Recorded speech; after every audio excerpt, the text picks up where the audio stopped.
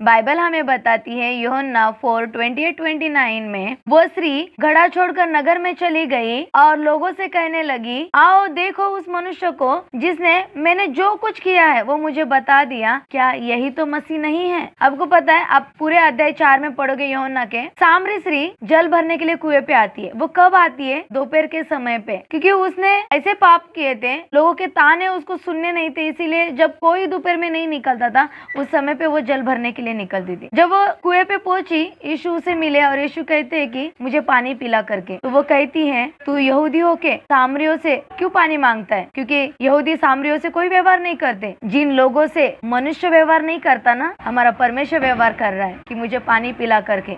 आपको पता है, उस स्त्री ने ना यीशु को पानी नहीं दिया और ना ही यीशु ने पिया है, लेकिन यीशु बोलता है कि अगर तू मुझे मांगती ना तो मैं तुझे जीवन का जल देता। वो बोलती तेरे पास घड़ा ही नहीं है भरने के लिए और तू कहता है कि जीवन का जल तेरे पास है करके। यीशु कहता है उसे, अगर तू जानती ना जो तुझसे बात कर रहा है वो कौन है तो तू मुझसे पानी मांगती।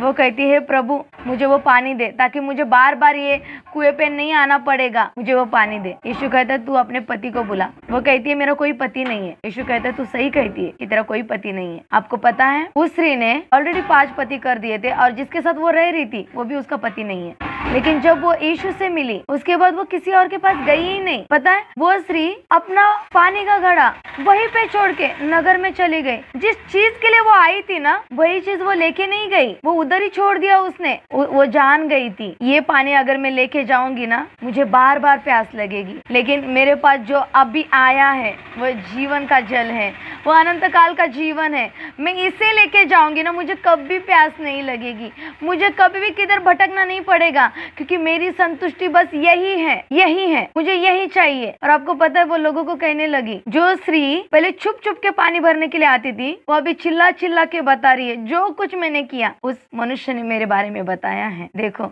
जब जिसे यीशु मिलता है ना, वो अपनी पुरानी चीजों में नहीं जकड़ के रहता, वो खुल के उनका सामना करता है। उसके पास वो पानी लेने आई थी जो हर समय खत्म हो रहा था, लेकिन वो पानी लेके गई जो कभी खत्म नहीं होने वाला था, अनंत काल तक वो उसके साथ रहने वाला था। हमें भी सांसारिक चीजों को वैसे ही छोड़ना है। जब यीशु से मिलते हैं हमें वो नहीं पकड़ के रखना है जो यीशु को पसंद नहीं है, हमें यीशु को पकड़ के रखना है। देखो, सांसारिक चीजें हमें 2 मिनट की खुशी देती है, लेकिन यीशु अनंत काल तक हमें खुशी देगा। उसे पकड़ के रहना है, यीशु को पकड़ के चलिए। हमारी सारी जरूरतें, हमारी सारी चीजें यीशु में अपने आप पूरी हो जाएगी, क्योंकि वो जीवन का जल है। और वो जीवन का जल हमसे बहना जब चालू हो जाता है ना, हमें किसी भी चीज की कमी घटी नहीं होती। यीशु में बहना चालू कीजिए, यीशु को पकड़ के रखिए। God bless you all.